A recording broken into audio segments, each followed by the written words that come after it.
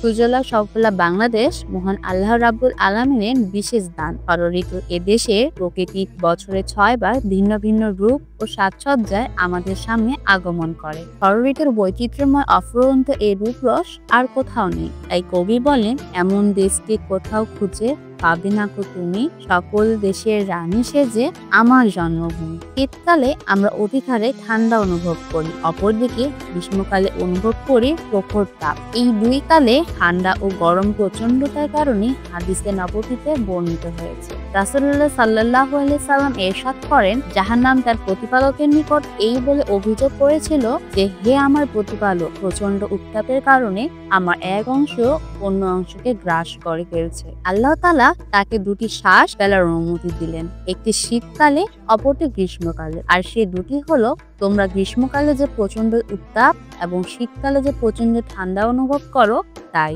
সহিহ বুখারী ও সহিহ মুসলিম। অন্য বর্ণনায় এসেছে, রাসূল করিম সাল্লাল্লাহু আলাইহি সাল্লাম ইরশাদ করেছেন, তোমরা গরমের যে প্রচন্ডতা অনুভব করো তা জাহান্নামের গরম নিঃশ্বাসের কারণে, আর শীতের তীব্রতা যা পাও তা জাহান্নামের ঠান্ডা নিঃশ্বাসের কারণে। সহিহ বুখারী। পবিত্র কোরআন মাজিদে শুধু দুটি ঋতুর কথা উল্লেখ হয়েছে, তা হলো শীত ও গ্রীষ্ম। পবিত্র কোরআনে আল্লাহ রাব্বুল আলামিন ইরশাদ করেন, তাদের কুরাইশ বংশধর লোকেদের অভ্যাস ছিল শীত ও গ্রীষ্মকালীন ভ্রমণ। সূরা আল কুরাইশ আয়াত নং ২। শীতকালকে রাসূল করিম সাল্লাল্লাহু আলাইহি সাল্লাম মুমিনের জন্য ঋতুরাজ বসন্ত বলে আখ্যায়িত করেছেন। এই প্রসঙ্গে রাসূলুল্লাহ সাল্লাল্লাহু আলাইহি সাল্লাম বলেন, শীতকাল হলো মুমিনদের বসন্তকাল। মুসনাদে আহমদ। সব ঋতুই মহান আল্লাহ রাব্বুল আলামিনের সৃষ্টি, তাই আল্লাহ তাআলার কাছে কোনো ঋতুই আলাদা বৈশিষ্ট্যে মণ্ডিত নয়। তবে কোনো ঋতুতে বিশেষ কিছু সুবিধা থাকে, যেমন শীতকালে দিন ছোট হয় এবং সূর্যের তাপ কম হয়, শীতকালে পানির পিপাসা কম হয়ে থাকে, তাই সহজে শীতকালীন রোজা রাখা যায়। অপরদিকে শীতকালে রাত দীর্ঘ হয়।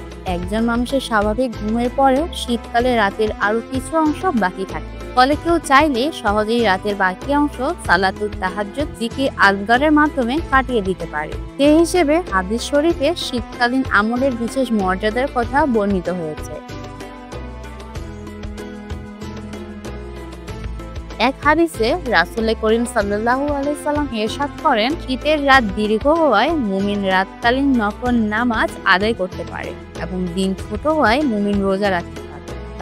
ইসলামের দ্বিতীয় খলিফা হযরত উমর রাদিয়াল্লাহু তাআলা আনহু বলেন, শীতকাল হলো মুমিনের জন্য গনিমত। আমাদের উচিত শীতকালে অধিক ইবাদত বন্দেগী করা এবং দরিদ্র বস্ত্রহীন শীতার্ত মানুষকে সাধ্য অনুযায়ী সাহায্য সহযোগিতা করা। মহান আল্লাহ রাব্বুল আলামিন আমাদের সবাইকে সেই তৌফিক দান করুন, আমিন। Tabassum Tarim, Bangla news for tech, ইসলামী ডেস্ক।